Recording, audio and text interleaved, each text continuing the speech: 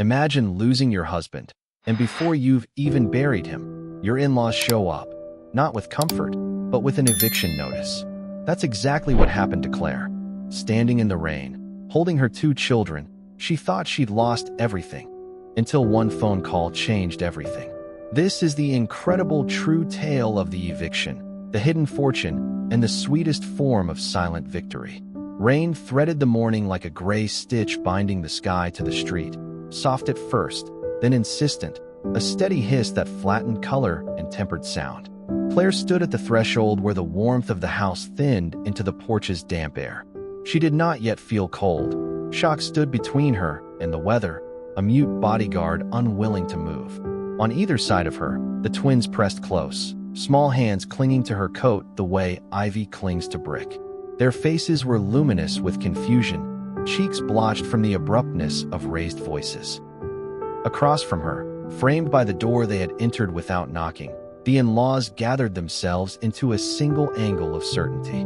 The mother-in-law, Agnes, held the envelope as if it were a key to a long-locked room. Her husband, Leonard, stood half a step back, eyes narrowed not from malice, he told himself, but from the duty of a patriarch forced to do what must be done. Their black umbrella leaned against the foyer wall, beaded with water, an instrument awaiting its cue. The carpet beneath it drank hungrily. "This house belongs to us now," Agnes declared, the sentence riding out on a tone she had honed over decades of committee meetings and charity galas. It was the voice people obeyed because obeying cleared a corridor through conflict. She pushed the envelope into Claire's palm, and the paper, damp at the corner, crisp elsewhere, scratched the tender fold of Claire's skin. It was not comfort, it was an eviction notice. Time compressed. A thunderless flash of lightning whitened the windows, and for a fractional second everyone appeared transparent, as if they were merely layers in a watercolor. Foreground grief, midground certainty, background rain. Then sound returned. The patter on the porch rail, the muffled hum of a distant car, the faint squeak of a shoe shifting on the tile. Third-person omniscience, were it visible, would have hovered like that white light a moment longer, noticing small truths. Agnes's ring, the one with the oval opal, twisting slightly as her hand pulled back. Leonard's jaw working as he measured whether to soften the next word and deciding not to. Claire's fingers trembling around the envelope's edges, not with indignation, but with leftover tenderness from buckling tiny shoes 15 minutes earlier. The twins, one sucking a lower lip, the other watching the rain and deciding, in the quiet calculation of a child, that today was a day to be very small. Claire sensed every object in the entryway, as if the house itself were articulating farewell. The framed watercolor her husband had bought from the street fair because it reminded him of their first trip to the lake. The dent on the stair where a toolbox had dropped the week they moved in. The week he insisted on fixing everything himself because we'll live with our own imperfect marks. They'll feel like us. The row of shoes under the console table, hers, his, then the tiny pairs lined like punctuation. She saw these things not as possessions, but as handwriting. The notice in her hand was an eraser. A voice wanted to say wait. Another voice, the one grief uses when it detests bargaining, offered nothing. You can't do this, Claire heard herself say, but what she meant was more precise and less legal. You cannot reach into this last room where his scent is still in the closet and remove the air. Agnes misunderstood. I can, and I must. She chose must because it varnished the act with inevitability. Our son died without putting protections in place. The deed was purchased by the family. It reverts to us. You'll be taken care of, temporarily, of course. But this property is not yours. The words fell neat as dinnerware. She felt justified. She had always provided structure. Structure would save everyone from the chaos of sentimental wish.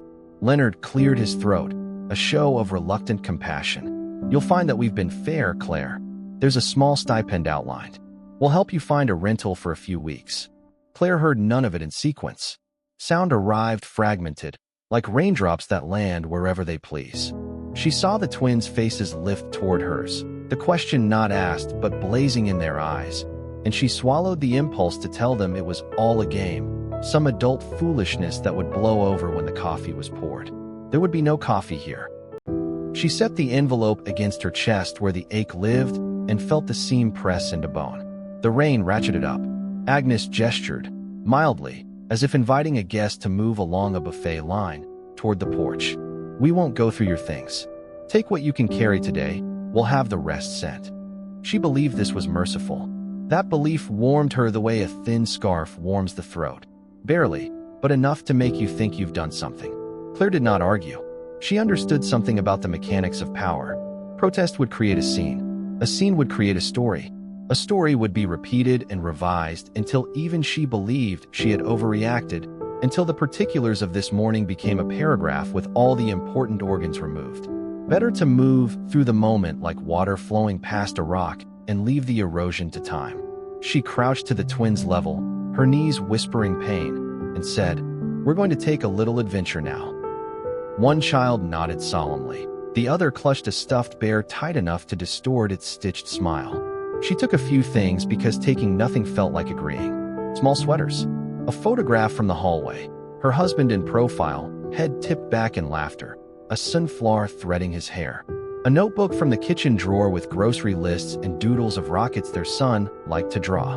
A zippered pouch of documents she had compiled for the funeral. Death certificates, insurance cards, the clean white envelopes of sympathy that she could not bring herself to open. The house watched her do it the way a dog watches a suitcase, with trust that misunderstands what departure means. Leonard fetched the umbrella and held it open with a gruff, reluctant chivalry. The arc of black fabric created a small, portable room. They stepped onto the porch, down the 2 slick steps, onto the walkway where puddles had begun to find each other. Agnes stayed in the doorway, arms crossed, mouth pressed like a seam.